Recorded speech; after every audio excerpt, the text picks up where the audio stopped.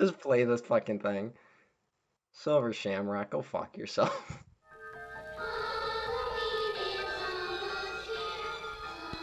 You don't really know much about Halloween. Halloween. The barriers will be down between the real and the unreal. I do love a good joke, and this is the best ever. The joke on the children.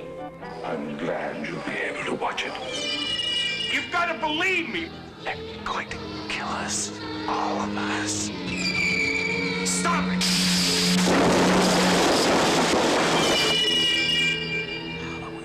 Hello, welcome back to another episode of the Waffle Press Retrospectives.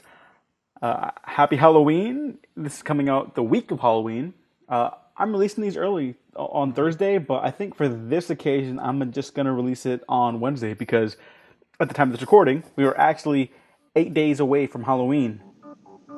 8 more days to Halloween, Halloween, Halloween. 8 more days to Halloween, Silver Shamrock. 8 more days to Halloween, Halloween, Halloween. 8 more days to Halloween, Silver Shamrock. Hey, and you people in the future know that Diego did not, in fact, meet this deadline, and that the episode was released sometime in November.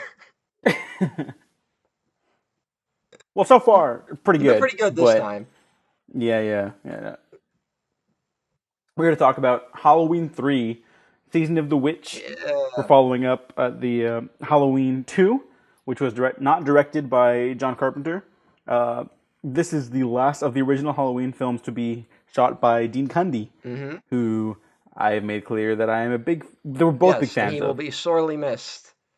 Oh God, will he? There's a bit of a whiplash the moment he leaves. Yeah. He shot this and The Thing within like the same year, I believe, which is like, god damn. 2 movies that apparently no one saw. No one saw, but Although I don't know if that's actually true. I don't know if that's actually true about Halloween 3, because I think it did make money. I just think it was so weird, no one really knew how to respond to it. yeah, it didn't make as much as the previous two. But I mean, like, even Halloween 2 didn't make nearly as much as the first Yeah. one. It was down by like 50% or whatever. Which, I mean, like, for back then, still pretty good, but like, would basically kill like all franchise momentum nowadays. Yeah, it definitely would today. This is the first film by director Tommy Lee Wallace, who would go on to direct Fright Night Part 2. They made a sequel in the 80s. That's actually pretty good if you could track it down for like $1,000, but Yeah. because it's out of print. And the original television version of Stephen King's It, Yeah. which I am actually I like as much as the new one, which might be controversial to some people. But what the fuck do you know? I haven't liked any of the It adaptations yet. I completely understand. I mean, they're all fine. I don't want They're to. I don't want to get into they're that, fine. but They're fine. yeah. Don't want to be like that dick that I am. But Nah. it's they're fine. Yeah. Would you say Halloween 3 is fine? It's more than fine. It is good. A very solid good. Yeah. I kind of like I literally just thought of this, but I kind of want people to go in blind to this if they haven't seen it already, because nowadays a lot of people are kind of like getting back on board with it. For the most part, people are still have not really discovered Even it like yet. I only noticed in like recent years people kind of reevaluating this. Because in my circles, I've known people that it was just hated for years.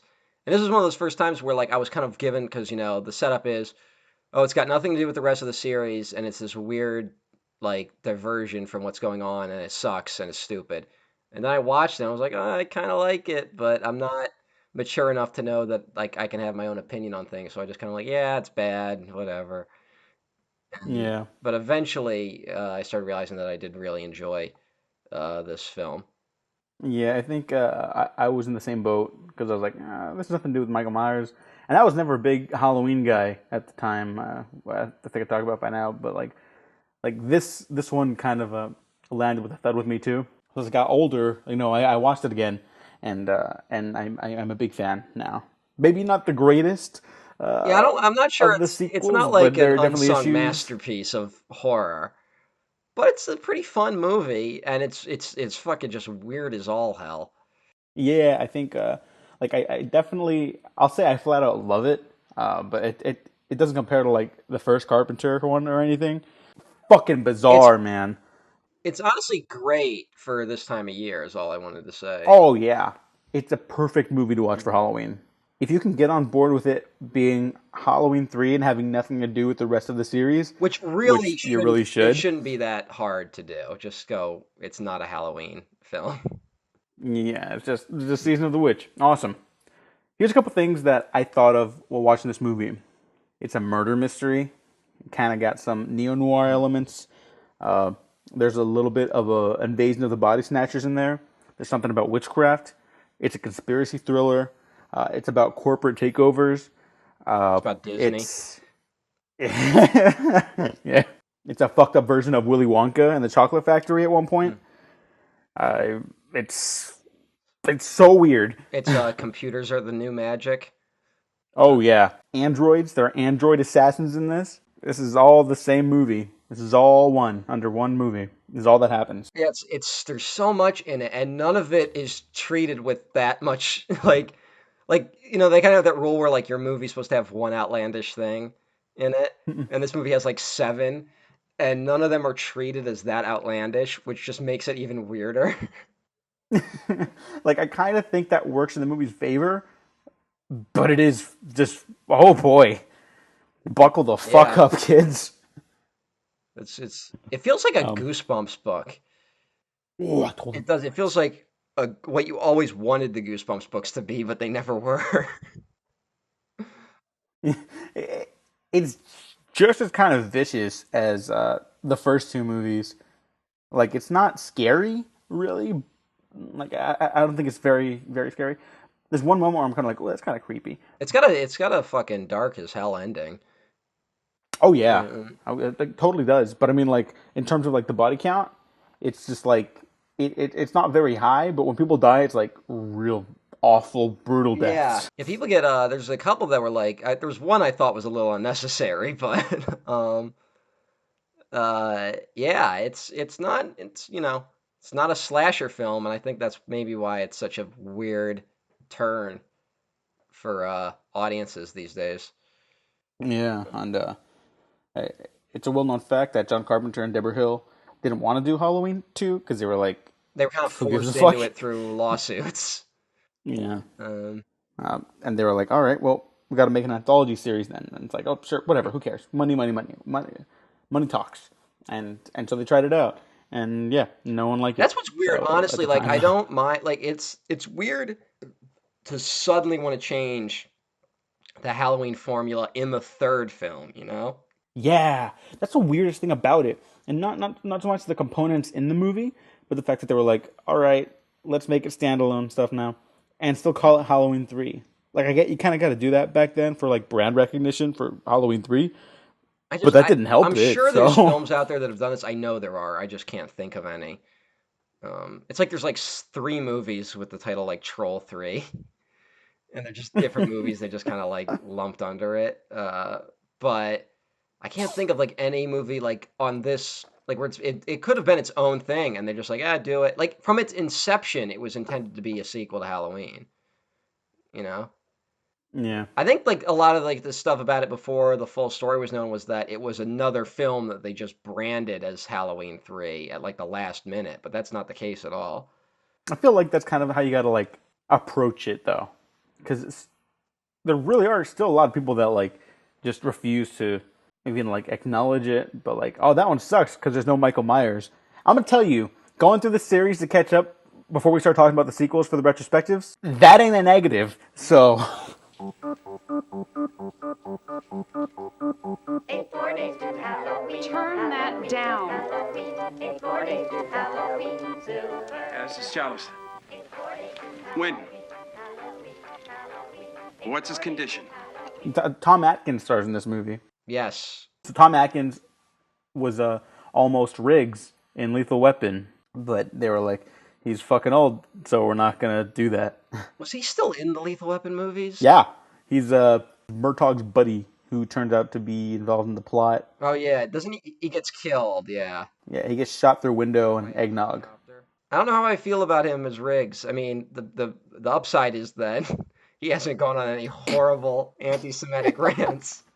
You remember when Crazy Mel Gibson was just a fun character trait and not like the horrible reality we're stuck with?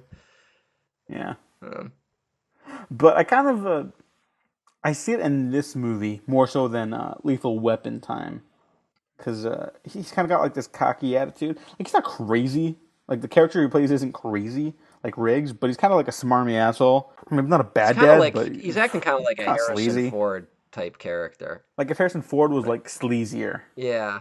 because he clearly has like a history of like sleeping with every woman he meets. Well, yeah, he teams up with the daughter of a murder victim and sleeps with her almost like within like a day. Although Yeah. she really wants it, so I can't be like he didn't muscle his way into that one. No, but there's that point where he's like, "Wait, how old are you? They're Yeah, already in bed." So it's like, come on, dude. Like that that's was kind of funny gross. in the 80s. Remember Animal House where the guy sleeps with a 13-year-old? I've never seen Animal You House. never seen Animal House? No, no. I kind of feel like I missed the boat on that one. Might be too late. Yeah. Just watch Belushi scenes. YouTube, Yep. thank you. I don't remember the co-lead's name, the actress. I really liked her in this. She has nothing to do She at a really certain point. doesn't. Kind of just like she instigates the investigation, but who's kind of like already on it. Yeah. And it kind of feels like the movie would have more momentum if it was just a platonic relationship, even. Yeah, and she gives it the more momentum to get she's why they go to the town. And like I don't think he would have gone there. He probably would have stayed in his lab investigating shit as a doctor, but she kind of pushes him to go to the town. But other than that, yeah, she doesn't really have much to do.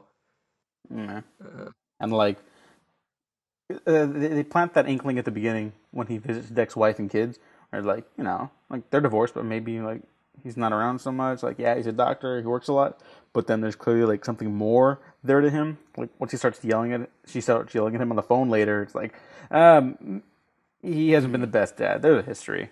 So if it was like this platonic thing where he's kind of connecting with this other person's daughter, and he learns to be a better father through that, that could have been kind of neat. That could have been kind of interesting. He kind of gets to reconnect with another father figure. I don't know. I'm glad that this kind of thing isn't happening as much in Yeah. movies anymore. Well, I wouldn't say it's not happening in movies anymore.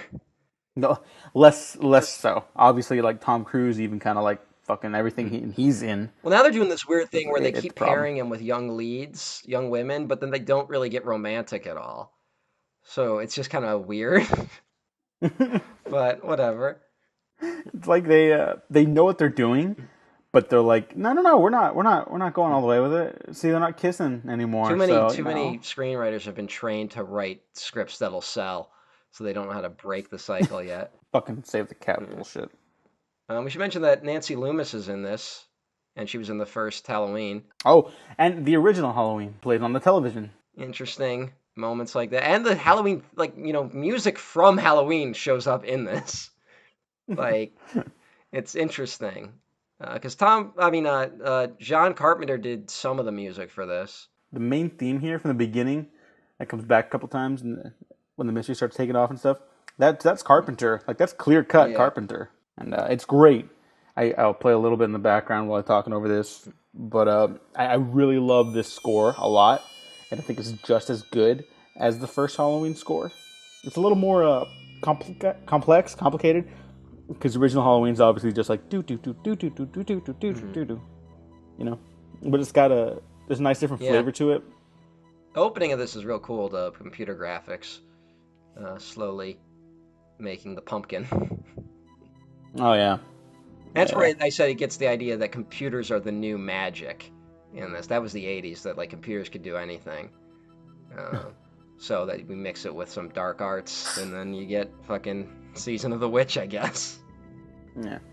Um, Unlike Halloween, this is the only Halloween movie to actively be about the season of Halloween, which I also like. Mm. Like that's not a negative to Halloween or anything, but it kind of makes it or tries to make the audience reevaluate their connection to Halloween.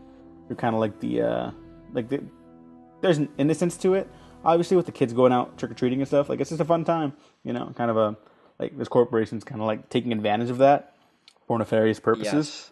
Yes. That's fucking great. I think we need more stories like that nowadays for reasons. All of them.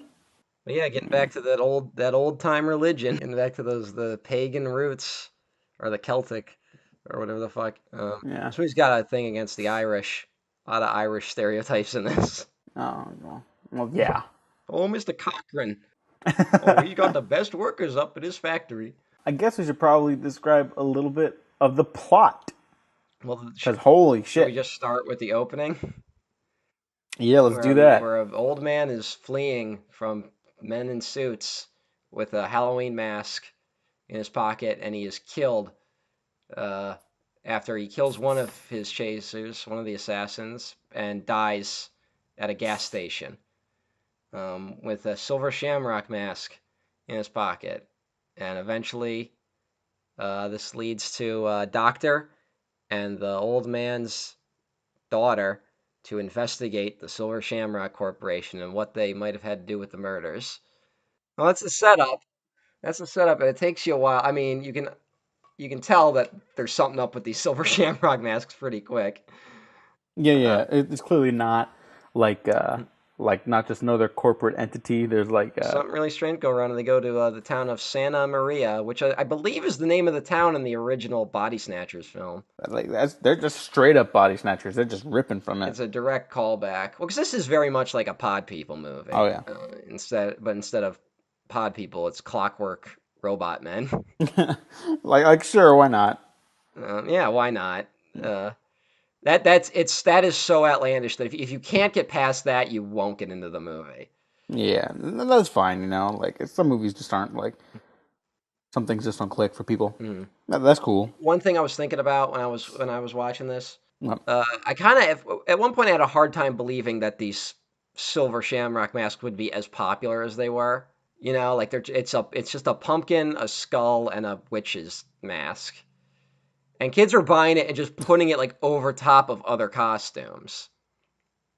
And I was like, why that wouldn't really work. And then I kind of thought, no, the 80s was like the first generation where like collecting that shit became like, like the Boglins was like, I think that started in the 80s, where it's like you got to collect things. And a big part of that is thanks to a good old Ronald Reagan and deregulation as to what you could advertise to children in the 80s.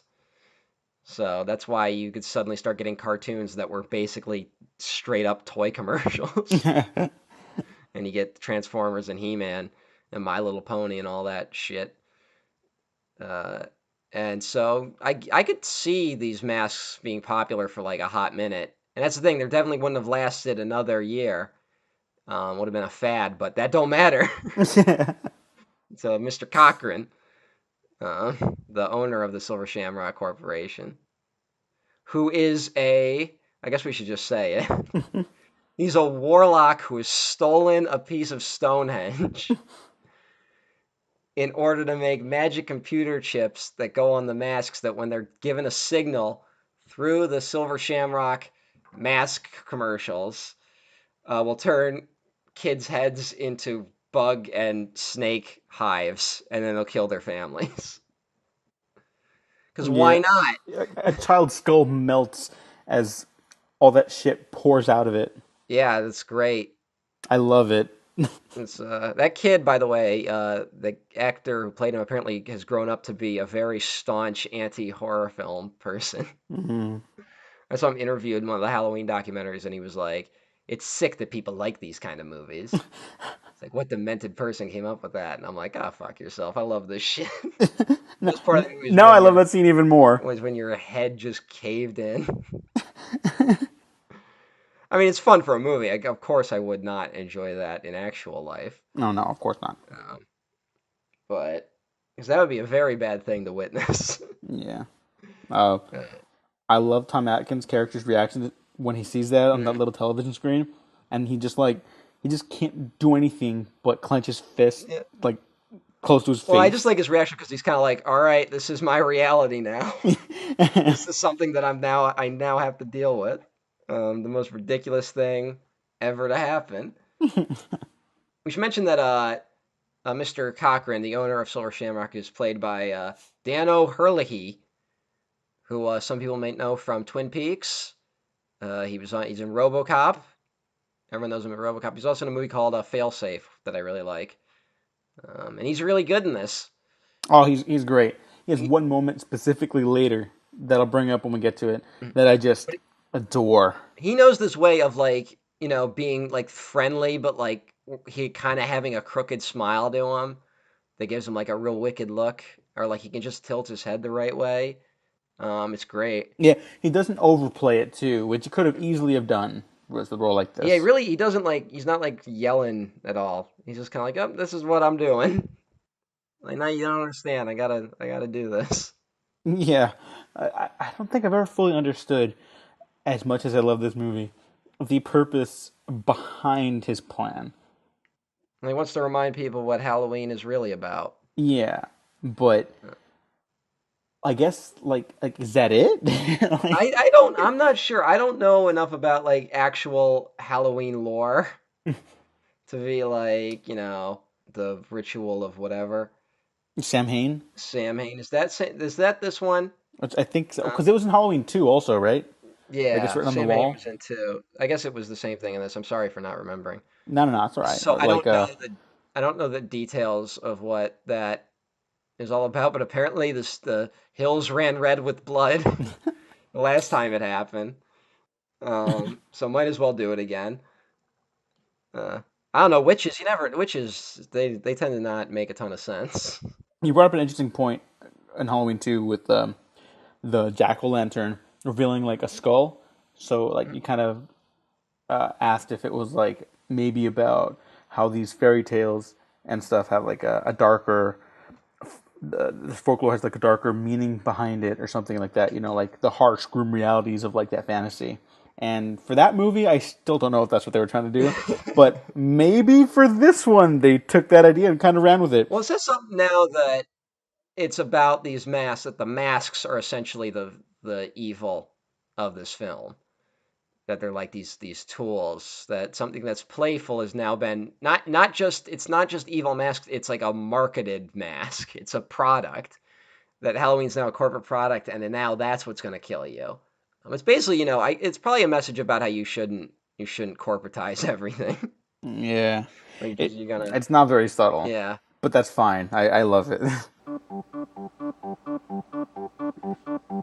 more days to Come on, come on, come on. Halloween. What's the matter? What was that family's name? The Kupfers, I Yeah, think the they just have no Kupfers. idea, not only what they're getting into, but like he's completely oblivious to Well, like. he's so enamored with the idea of the American dream. I mean, it's so depressing. Which is, I mean, it really is kind of a stab at the 80s a little bit, which is when all that American dream bullshit kind of came back. Mhm. That you work hard. If you work hard, you can rise up in the world. And it's like, see, Mr. Cochran, he started selling goofy tricks and then he became rich. Yeah, And his wife says that, right? she might have, and then she says something like, God, there's hope for us yet. And Yeah, like yeah. actually praying to God. And it's like, I don't like that just shows how like warped this whole country is, where it's like God probably does not give a flying fuck about capitalism. It's like, hey, you made up those fucking dumb rules. But it's like little do they know that Mr. Cochran's had witchcraft on his side the whole time, and that's why I mean, really, the people that sold us the idea of the American dream in the 80s were people that were already rich to begin with and were afraid to lose their money. And that's kind of what is perpetuated to this day. Um, I believe the quote is that like there are no poor people in America, just temporarily embarrassed millionaires. Like that's kind of the attitude we have. And so, and that family like is like the living embodiment of that. Like they're just living in a Winnebago. It's just oh, say go like be on the move. Like they're entirely just cogs in this other machine that they will never benefit from, but they're told that they're like an important part, and they're just fodder for this shit. Any movie that's undercutting Reagan 5 stars. is pretty fun. Pretty fun for me. Like, this movie, there is actually a pretty direct call out of like Reagan era shit where we run into a homeless guy, um, and he's like, I used to have a job, and then that Mr. Cochran came in, and it's kind of like, well, this is why you can never reason with like big Reaganites. Like their whole thing is like, I made so much money in the '80s, it had to have been good. And then like if you really look at the '80s, it's like, well, the reason why half the country made a ton of money is because we impoverished the other half. Like homelessness shot up like big time in the '80s, and that's a very maybe it's this might be a little early, but that feels like a very direct stab at like Reagan era policies. Even if it wasn't like a direct attack on those ideals, which it very well could be, and I view it as such. It's at least aware of like the systems that perpetuate that kind of bullshit. It's so weird how Santa Maria in this is like honestly, this story could work even better today. Where like Santa Marita, they aren't just the factory where everyone works. They're the hospital. Everything in the town goes through the Silver Shamrock Corporation. Like they're a corporate town, literally. And maybe I don't know. In the '80s, that was probably like a far off idea, but nowadays we really are getting that with how like tech companies are taking over entire cities, and slowly, taking over everything. Like I was especially thinking about it with like the closed circuit TVs, where like that's played up as like a weird thing, and now that's just kind of our reality, where everywhere we go, there's closed circuit televisions. Yeah, and in many ways, this movie was ahead of its time, and I think people that are willing to check this one out now are kind of at least going to be more interested because Maybe of it's just it that. speaks to our generation more than the '80s generation. Everyone was on too much. Maybe it does, but Everyone I was making think too much money and was on too much fucking coke to yeah, enjoy this shit. Because if you look at like that's the thing. If you really look at like '80s when like there's all these classics that are ignored in the '80s, most of the time it's because they usually have a very depressing message or a message that was like the opposite of the attitudes at the time. Like I think the reason The Thing bombed so hard is just because it's such a nihilistic film when you watch it, and that was not an attitude people wanted in the '80s. The '80s was kind of like, oh, stuff isn't bad anymore. Everything's good. You didn't make any mistakes. The race wars were not your problem. In fact, it doesn't even exist. And America's always been good. I just remember talking with my dad once, and he was like, "There was a time." He's like, says it like completely oblivious. Like, there was a time in the '70s when every film had a negative ending, and I'm glad that stopped. And I'm like, "Do you think that might have had anything to do with Watergate?" And they're like, "What?" Like literally everyone had lost faith, like with everything in this country. can't imagine what that's like. Yeah. Oh, yeah. This we don't feel that way at all right now. I'm also thinking of like They Live when he's like looking at the television and the politicians on the air, and he's like, the old cynicism is gone. Everyone's optimistic. And it's like, sure, it would be something like this. Maybe that was like Carpenter's like he was driven with like those messages in a way that I think He's pretty left, yeah. and he's very outspoken about his hatred of the changes during the Reagan era. I mean, there's no fucking way he didn't hate the Reagan era if you make They Live. I mean, um, but I I actually actually I don't posted. know too much about that original reception really quick to They Live. I think They Live did fine. I don't think it was like a big, but that's like the end of his streak of like good movies. Hmm. So like the next one is like Memoirs of an Invisible Man, which I actually have never seen. I've never seen it. Actually same. And because it's just like I don't like Chevy Chase. Like I've seen like clips of it, and it's weird because I've seen it. I'm like, you can like from the moment you look at it, you're like, that's a John Carpenter film. But then Chevy Chase starts talking, and you're like, oh, my brain's not ready for this. Well, since we kind of made like unofficially October our John Carpenter month, do you want to watch that movie like next year? Well, yeah, we'll do a Carpenter film every year. We could do any Carpenter film really. All right, I guess I'll hold off on that one. I guess like They Live seems like one we could do because I feel like they're gonna remake Escape from New York any day now, and totally fuck it up.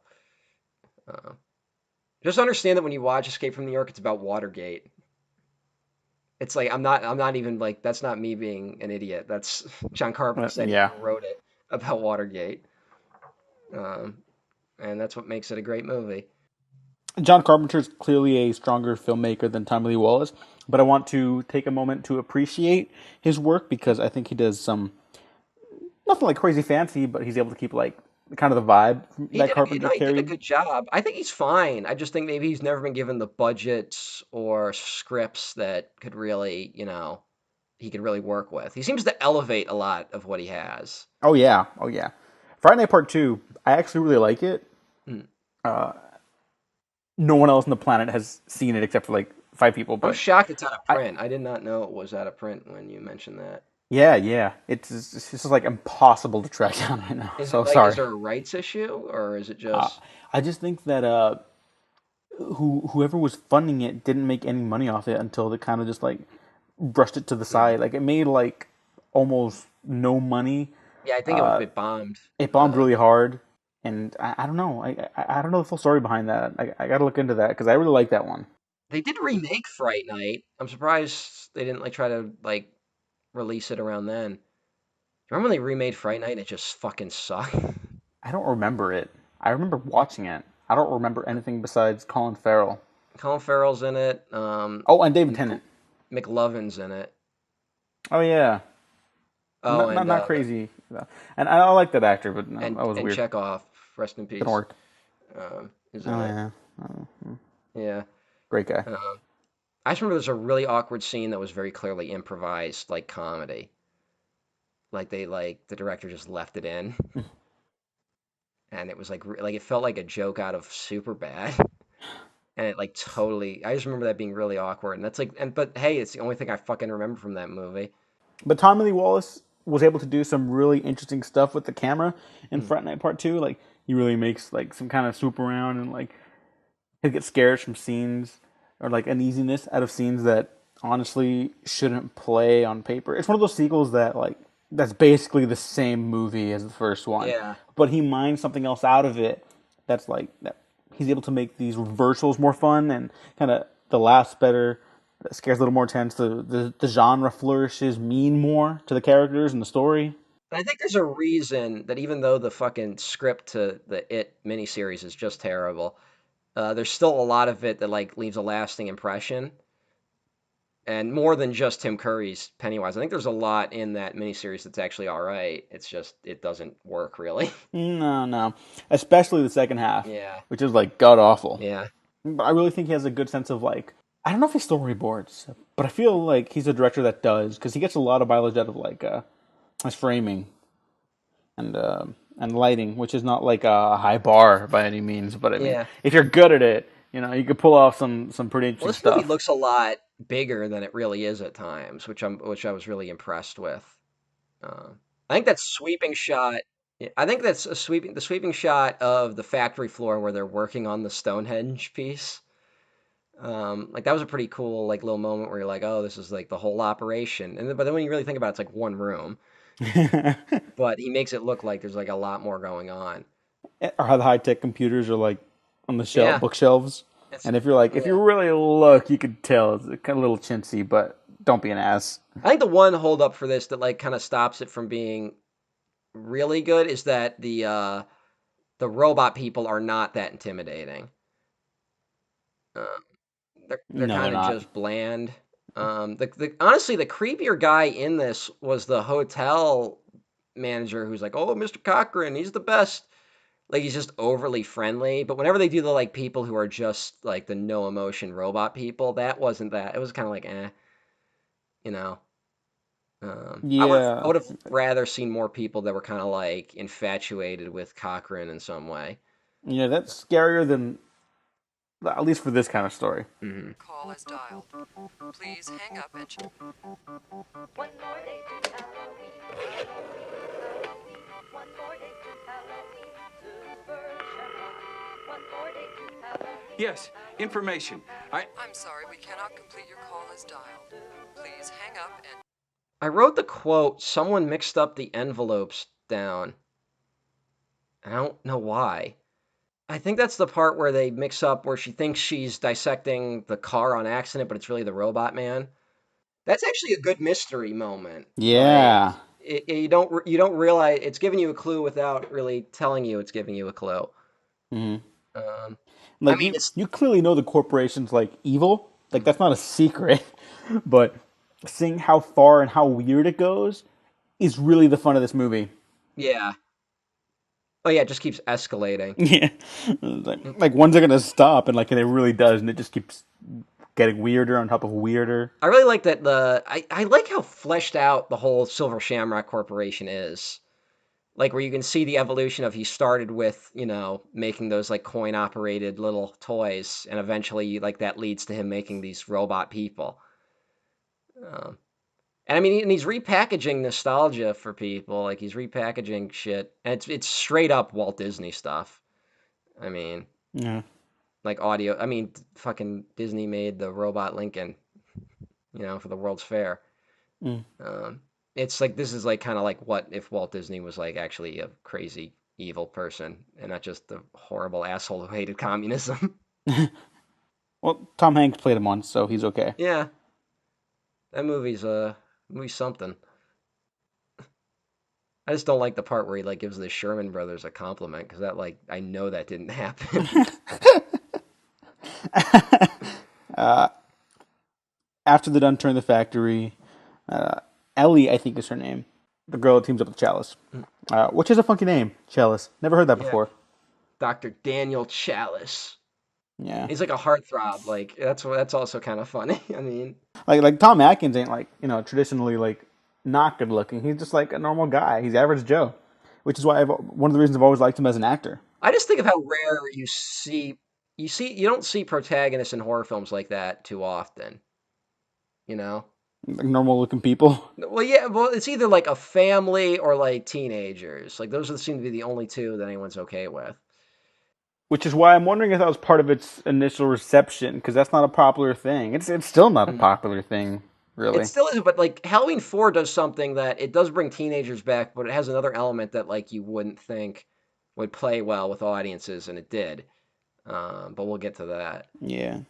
Uh, All right, so Ellie gets taken by the Silver Shamrock Corporation. He fights an android. Doesn't realize it's an android. He punches its stomach in, and his hand gets covered in yellow yep. android goop, and he just freezes. And that part could play really weird to some people. I think it's kind of great because he's just like, "What the fuck? What? Like, what do you even do in that situation?" Because like the audience has no clue about those things at this point either. So we're kind of like in the same seat that Tom Atkins characters in, Yeah, you we have know? no clue, but I think you could put together something's going on. Oh no, something's definitely like been going on. It's just like the level of weirdness is fucking off the charts in this movie.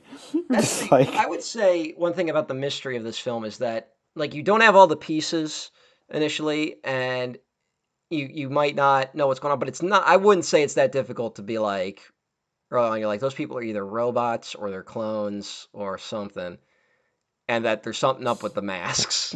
'Cause, I mean, that's literally all it could be. That's the only problem. There's no like red herring. Um, yeah. but not that you really need it. I mean, it keeps this film from being longer than 90 minutes. Uh, I mean it's really well paced. I think it's yeah. really well Well, it's paced. a get in, get out movie. It's a good, like I said, it's a good watch it Halloween night. Get some friends together, get fucking high as shit off candy corn, just fucking down that shit, and watch Halloween 3: Season of the Witch. Yeah. And there's really no like attempt at like hiding that the masks are clearly evil because like the woman who's staying in the motel room next to them finds that thing and starts tampering with it, and then her face gets melted off Yeah, and that bugs was start crawling out interesting. of That it. poor woman. Yeah, like that's fucked up, man. Yeah. And they cut between like that and like Ellie and Chalice like going at it for the And first that's when time. she's like, like they're having sex. And she's like, "Did you hear that?" And he goes, "Who cares?" Yeah, just like fuck. This is kind of nasty. Yeah, but I don't know if that's like 100% great, but I kind of really dug that I don't know. There sleaziness. could be an axe murder in the window, and I might be like, "Who cares?" Yeah, like I mean, I get that. I'm not trying to say I'd be much more mature in that situation. Well, I mean, like we're adults. That's a grown ass man. That's like a 50-year-old man by that point. Yeah, but you got a lot of men in this country do not age out of their 20s. Yeah, that's also It's true. an unfortunate reality of this nation. Um, and that's why they're all destroying this country right now. Actually, Big Halloween sequel about that. hey, you totally could. But one thing I liked was that when the villain starts explaining, when Mr. Cochran starts explaining what the plan is, he kind of just starts laughing. And it's like it's not like a villain laugh, it's like he's laughing at the ridiculousness of the story. It's like just a nice little way to be like, yeah, we're all in on it. Oh yeah, What the hell happens to the villain in this? Cochran. Yeah, because at the end, everyone gets captured. Our hero escapes. He figures out what's going on. He knows that the grand prize that Silver Shamrock's been building up to, is just this message that's going to make all the masks go off, and he's got to stop it. So he breaks out, uh, gets the girl, and then he dumps all the buttons on Cochran's robot people and short circuits them.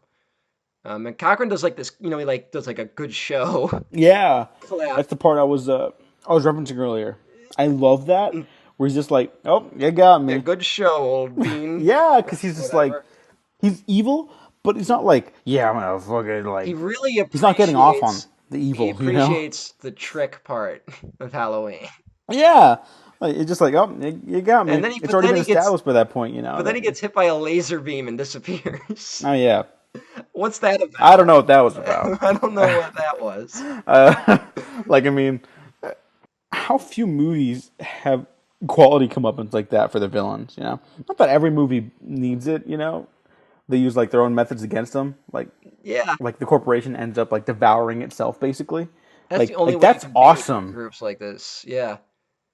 But Yeah, I that don't know is what happened to it Cochran. is No, shockingly I have no idea. rare even to this day. Like, um, and even when I get like a taste of it, I respond to it more than I maybe should. Maybe that's why like I was so happy with like the drones and the Winter Soldier blowing themselves up. Okay, and there's a final twist with Ellie being revealed to have been replaced by an android. Which I don't know if that was necessary, honestly. I don't either. I guess it's just to show that everyone who is a robot was a person at one point.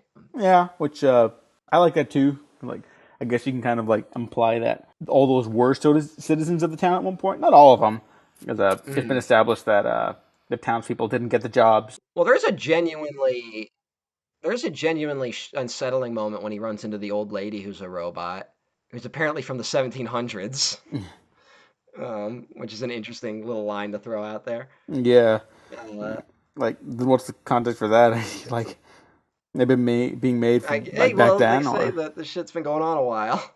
that's true. Um, but one thing I really love about this movie, and I'm just going to jump to the end. Yeah.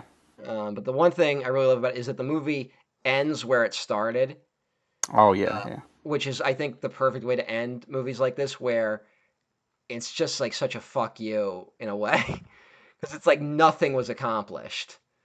Like you're just the crazy guy at the beginning who started the mystery off. You're just the next part of this mystery, and you didn't solve anything. Now you know what he was running from. It basically says that the guy at the start of the movie was the protagonist of his own story where he didn't win, and now our protagonist doesn't win. It's a neat little like cap to put on the film. Also, his kids are probably dead. Yeah, oh yeah, because his wife wouldn't take those masks off. He's like, "You're drunk." Like, to be fair, I mean, To be fair, what he was calling with. you could tell that the reason that divorce happened was because of him. Yeah. But the movie kind of does frame it like his ex-wife's a bit of a nag, Yeah. which is Needed to be more leaning a certain way than it was. it's so depressing when he calls in to like get the commercials taken off, and they get him off the first two channels. And every time they get off one channel, the kid just changes the channel. Like, that is the most depressing thing ever. And it just ends with that. That ending is so good. Oh, it's the fucking best. And again, it's an ending that I know would like piss people off. I mean, people don't like endings like that for whatever reason. Is it pretentious to say that like that people like don't like to think about the movies after they're over, or at least talk about them? I think there's there's a good percentage of the public that doesn't like to think about it. They like to feel satisfied at the end, but they don't like to have been left with a question. I mean, I had a conversation with grown ass men about 3 weeks ago, and all of them were deeply against the idea of movies ending ambiguously. Jesus. And like, yeah, like, oh, there's people that are just like, no, I need my answers. Like, yeah, none of that ambiguous shit. But then like they'll also be like, I like The Shining. And it's like, well, that is the most fucking ambiguous ending ever. It's like, I don't think people know what they mean when they say that. I don't know, I just think most people don't look at their art critically, which I'm not like saying like, these morons. People don't have fucking time. Like I saw the new Halloween. Spoilers, we're recording this after that has come out. That has a pretty clear ending, but because there's not like obvious like staple at the end of it, there were some people in the audience you could tell were annoyed. I saw it twice. I've seen it twice, and one audience clapped at the end, and the other audience was like, "That was bullshit." At least I was around a couple people who were like that. So I don't know. I don't know what people are looking for in movies. Because I feel like if you give people what they want, they're not going to like it anyway. Because I feel like the Marvel films have essentially been giving audiences exactly what they want, and people really are angry about Marvel films. Even though I think kind of the movies have been getting significantly better because they give you something to talk about after they're over. Well, yeah, I would say they had like a three like punch. Like they had like Guardians 2, Thor Ragnarok, and Black Panther were all like really good. And even then, all of those movies all have something about them that like stops me from going like that was a great movie. If it goes out, it means the death of millions of people, everyone watching. Don't you understand that? Well, say it's a bomb, then say whatever you want. Say whatever you like, just get it off the air. I would still say that this is probably my second favorite in the entire series. It takes a lot of boxes for me personally. I like the weirdness. I'm a big fan of Tommy Lee Wallace's 3 movies that he directed. Yep. I wish he had a longer lifespan in the director's chair. Check it out. If you didn't see it already and this podcast had to convince you, I would like you to go in with an open mind. Because at the very least, you'll come away having seen the weirdest fucking third movie ever. Or maybe not ever, but it's up there. Stop it. Stop it. Stop it. Stop it. Stop it!